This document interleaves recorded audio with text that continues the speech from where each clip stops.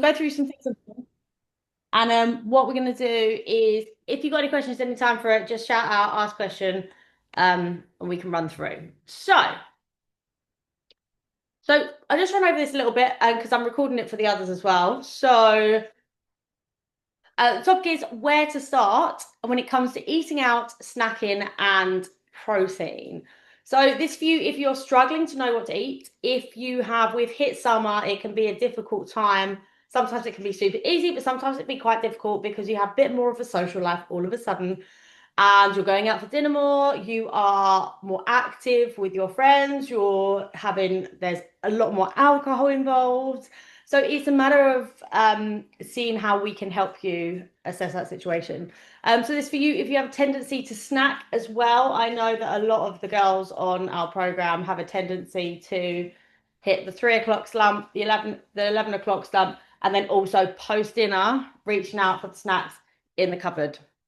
So this for you as well, if you struggle to curb the boredom eating, so if you're working from home, if you're working from an office, and you're kind of switching between tasks, what you're doing at work, and you have a tendency to then have a look around, what can you go and get? Are you going to go on a walk, grab some snacks?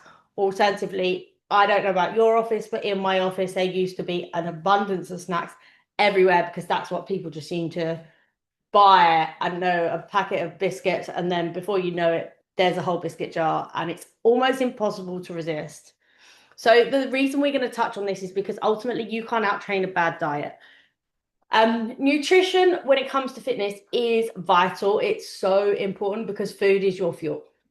Why do we need good nutrition? Ultimately, it's going to maintain a healthy weight for you.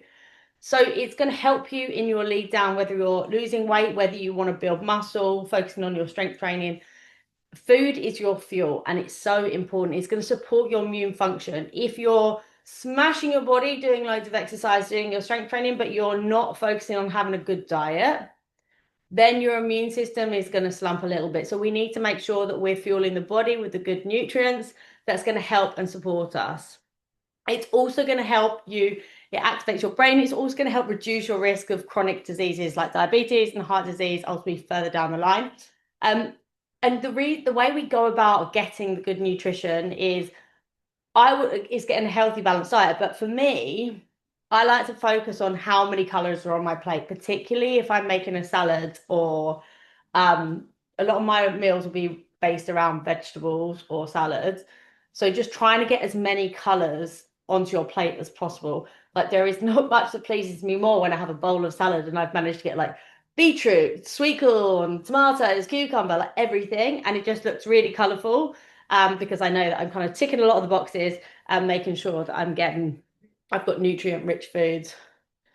So we talk a lot about macros and macronutrients, and I know sometimes that can feel like a bit of a jargony word, but ultimately, your macronutrients is a longer word for the abbreviated macros, and macros are essentially the nutrients we need in larger quantities that provide us with energy. So easily better known as your carbohydrates, proteins, and your fats. So your carbohydrates are like your breads, pastas, rices, fruits, and vegetables. So they're also sugars. So if you have a sugar is a carbohydrate as well. You have your proteins, which we talk about a lot. There's often a heavy conversation on protein because ultimately it's so essential to help build, repair, maintain your muscle mass, especially when you're doing strength training and you want to lose weight. We have to have a high level of protein for our body to do that. Fats, when I talk about fats, I'm talking about the healthy type. So your oils, your nut butters, avocados, nuts, fatty fishes, so like salmon. Fats are really, really important in a diet. And I think there's all of a sudden the word fat is mentioned and people want to run a mile because like, oh, I shouldn't eat fat. But actually, if you have a good amount of healthy fat in your diet, that's actually what's going to give you the longer term energy. So it's going to sustain you for a longer period of time during the day. So healthy fats are actually really, really good and important for you to include as part of your diet they're also going to make your skin and your hair and your nails really nice too. So let's talk a little bit about protein.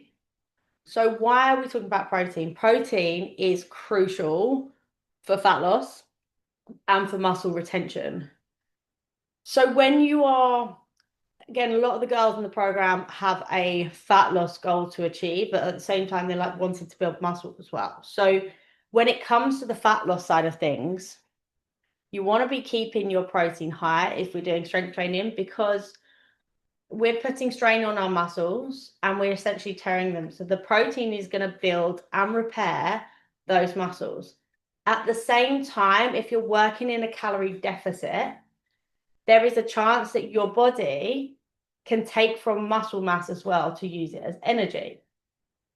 So to prevent it from doing that, we want to be eating a high amount of protein, because it's going to keep your muscle mass at a high without losing muscle. It's going to keep you fuller for longer. So ultimately, if you're having a high calorie, high protein diet, you're going to be kept fuller for longer, and it's going to help you curb your snacking, particularly if you're breaking it down through the day. So everybody's protein goal is different based on your weight and also your goal that you're looking to achieve.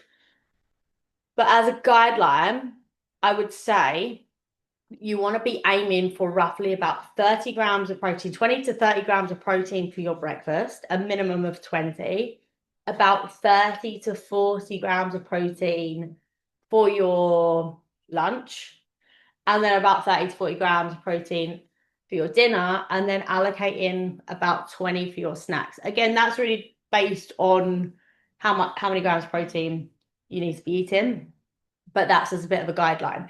And by doing it that way, by looking at more of like a meal target, it enables you to spread it through the day much easier, and it makes it more of an easier tick box to achieve than just being like having some cereal for breakfast, not really thinking about protein. One sec. Alexa, stop, please. I can't think with two things going on. So like having it broken down into 3 different meals makes it way more achievable, and you're not getting to like you're having your cereal for breakfast, not really getting any protein in that. Having something for lunch, like just having a salad or something, not really getting much protein in that. And then you get to the end of the day and you're like, oh my goodness, I've got so much protein now to eat. Then it's not really achievable, because you don't want to eat such a big amount of protein in one lump sum. So you have a tendency then not to eat that amount of protein. Whereas if we're breaking it down through the day, it's more manageable, it's more achievable, and it gives you overall coverage for the day. And it's going to keep you full for longer and sustain you throughout your day, and ultimately curb your snacking too. If you're working in a calorie deficit, which a lot of the ladies are, you're essentially eating less calories than the calories you're burning. So calorie input is less than calorie output.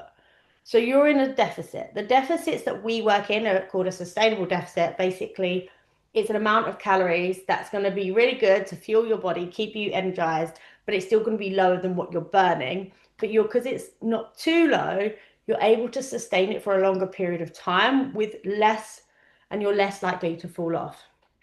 So if you're eating a high level of protein while you're in a deficit, again, that goes back to helping you stay fuller for longer as well. How much protein you need is like up to your goal and your weight. But as a guideline, it's typically between 1.4 to 2.2 grams of protein per kilo of body weight. So as an example, 65 kilo person may aim for about 91 to 143 grams of protein per day. And again, if you broke that down, it would be roughly about 30, like 30, 30, 30, 20, 30, 40-ish, plus some extra for snacks.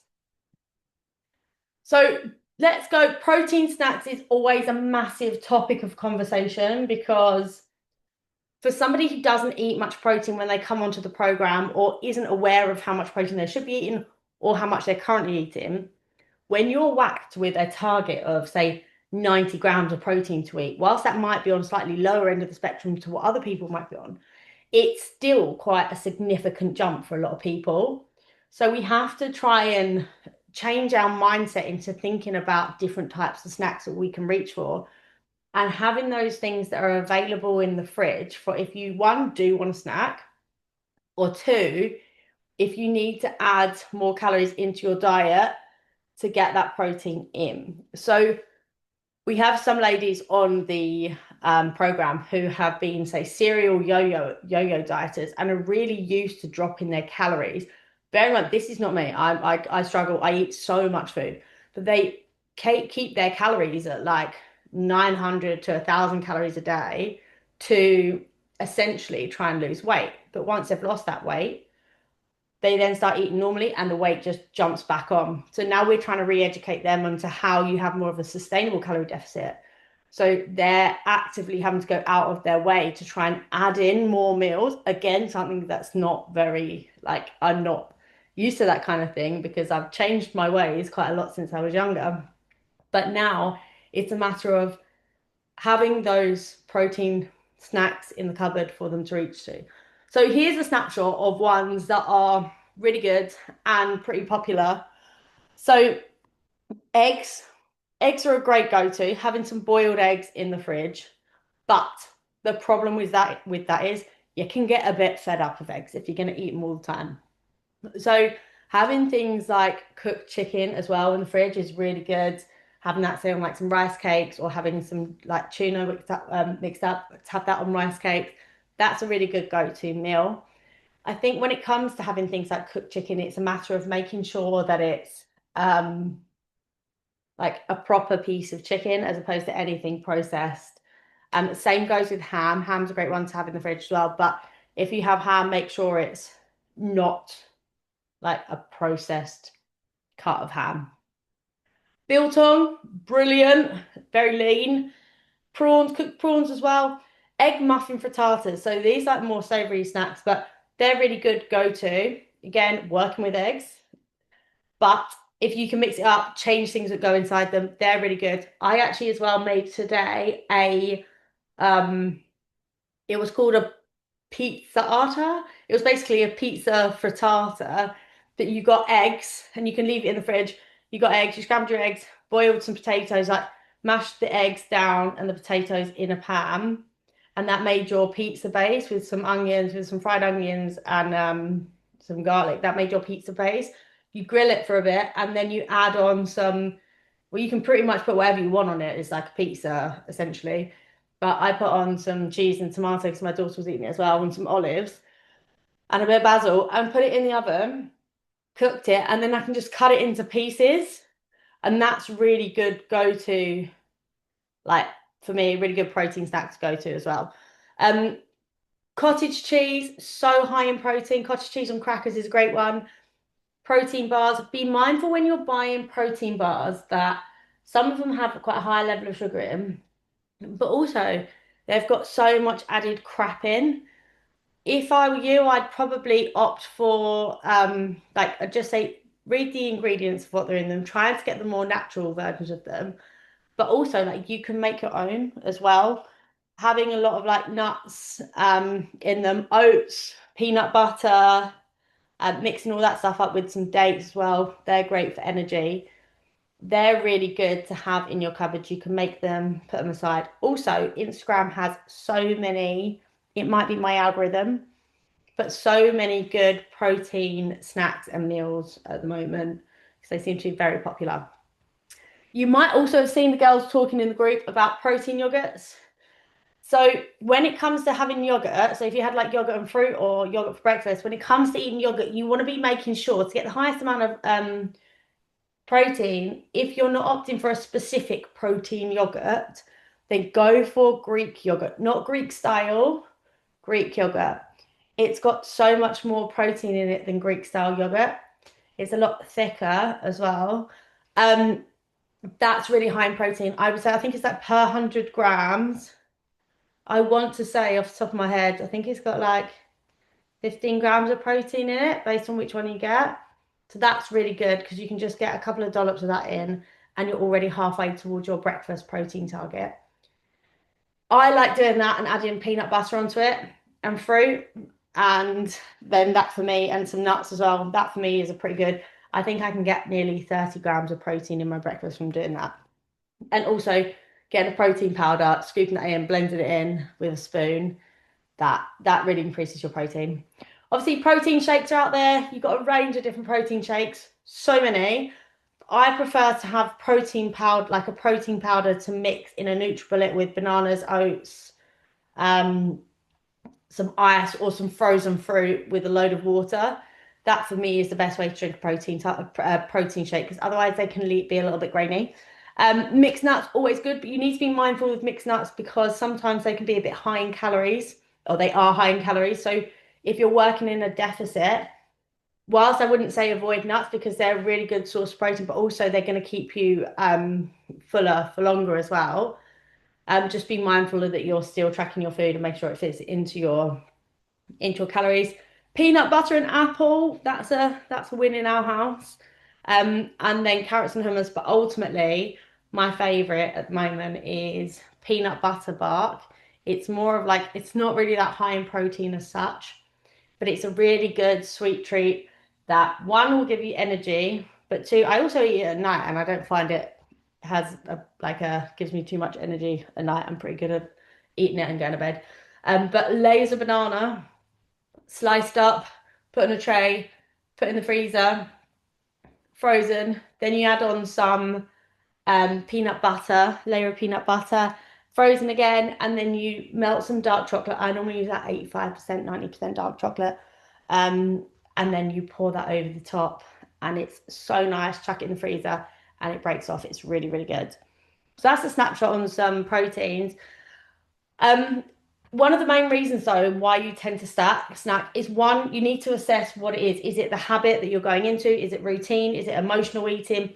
First of all, you need to figure out why it is that you're snacking, and then you almost need to break the habit by assessing what time of day, why you're reaching for it, what it is you're reaching for, because 9 times out of 10, you don't need to eat that chocolate. You don't need to eat that packet of crisps. It's either going to be a habit, boredom, like routine, or emotional. Like you just need to figure out what it is. If it's tiredness as well, that's often a massive contributor as well. So when it comes to eating out, meal out, so these are what I would say are kind of what I would think about if I'm having a takeaway at restaurants.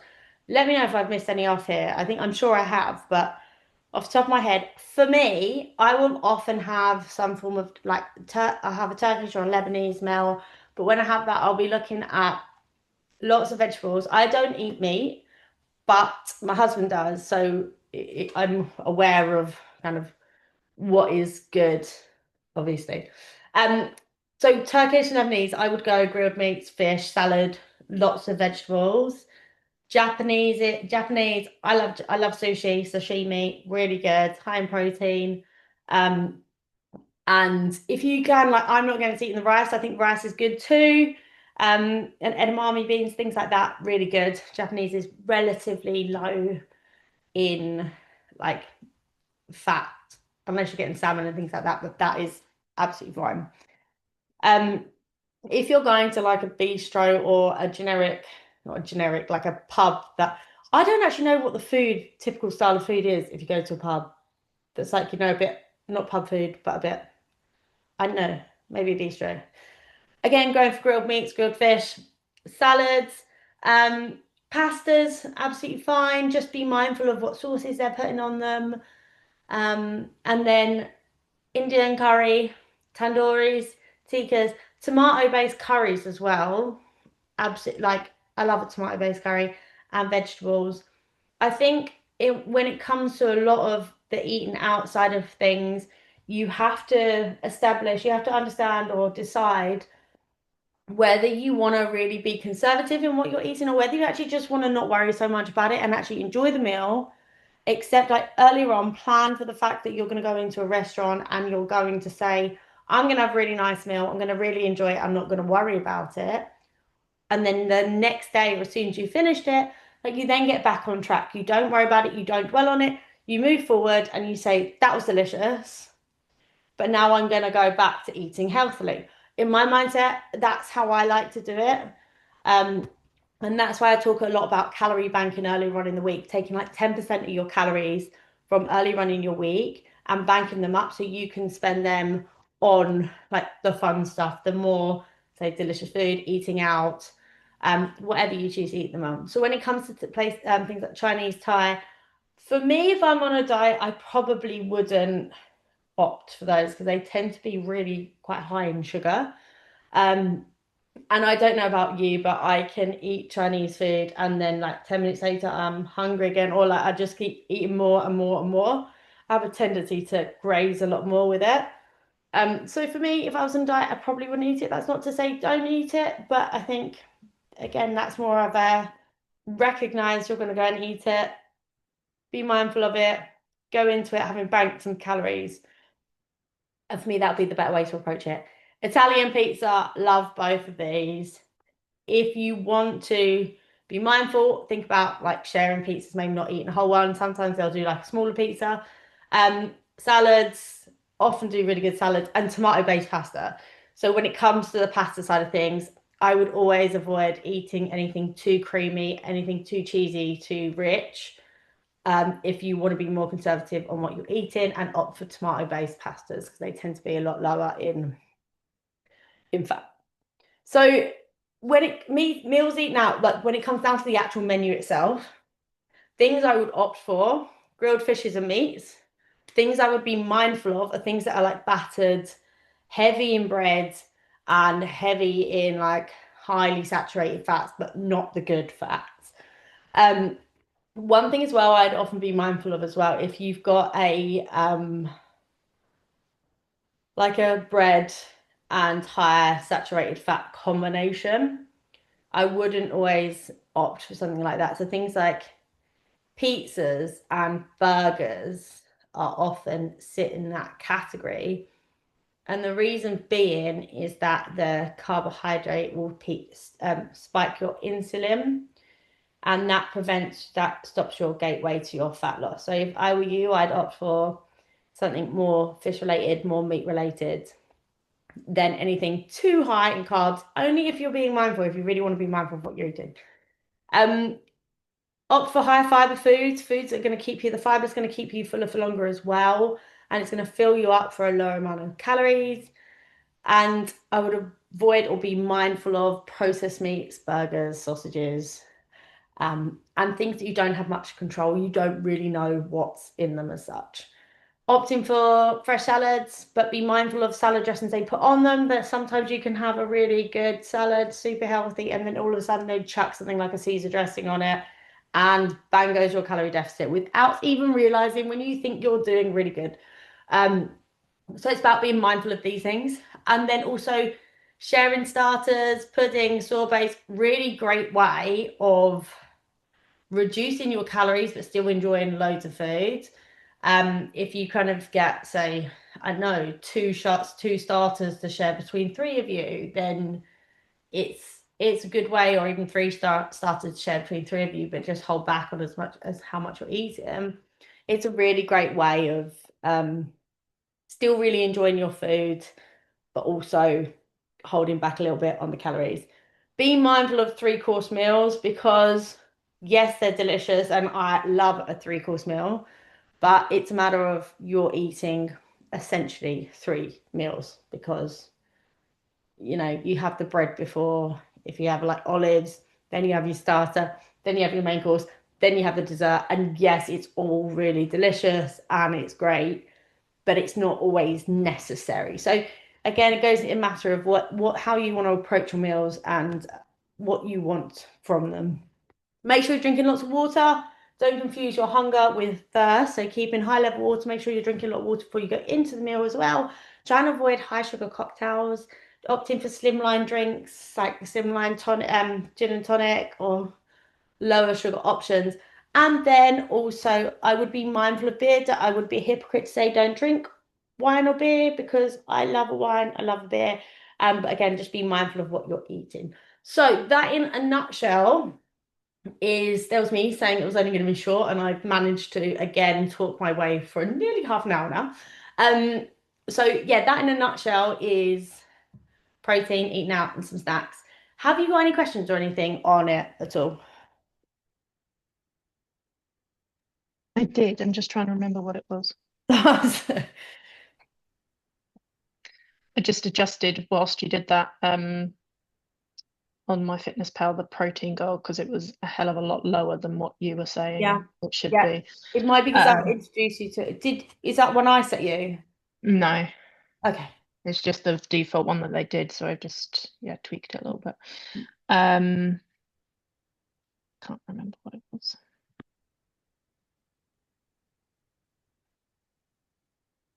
No, I can't remember. Okay. Well, if you remember it and you want to give me a shout later, drop me a message and I'm here to Sure. help you always. Um, yeah, but if you got, was that helpful? Yeah, well, it's really helpful. Thank you. I've taken lots of pictures so that I've got them to hand over the next few days because there's going to be a few eating out Where occasions are over you the next planning week. to eat out? What are your, Tomorrow night is a pizza pub. Um, then we'll be home. Then we're having a barbecue. yeah, Then it's a carvery meal. yeah. Um, and then we haven't got a plan for the next day yet. And So I then think pie and mash at some point, but pie vegetarian mash is so vegetarian pie good. and mash. So good. Are you vegetarian? I'm not, but I sort of prefer and opt to Yeah, eat veggie if I can. It's hard. My husband yeah. uh, likes to survive on meat, so I have one of but those too. he's been recently told that he needs to reduce his meat consumption, so that Oh, will work in my favour. yeah. Um, so no, I'm not. But I guess the guests that are coming to stay are vegetarian, so Okay. That makes it uh, easier. yeah, for them it'll be veggie. So I think when it Um, comes down to like things like carveries, I think my view on a roast dinner is I don't think they're too, oh, it's really hard because it depends like what the I'll be in control of what they put on my plate with the cutlery, which is a good thing yeah, about it. So I can say like, no, that's enough, thank you. Only a yeah, couple of that.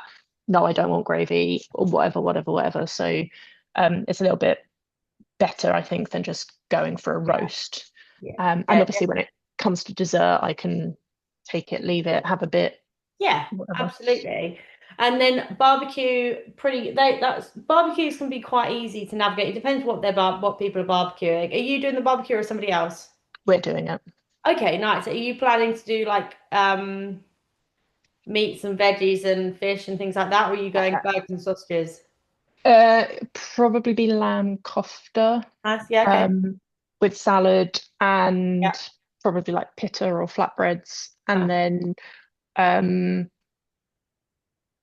and then yeah, maybe for the kids some chips to go with it and sweet corn. Yeah. But Because yeah, that was my idea. barbecues can be quite good and easy to navigate if you're mind like just thinking ahead of what you're going to put on it. Like salads as well, really good. So we actually are surviving off barbecues at the moment. I love them so much.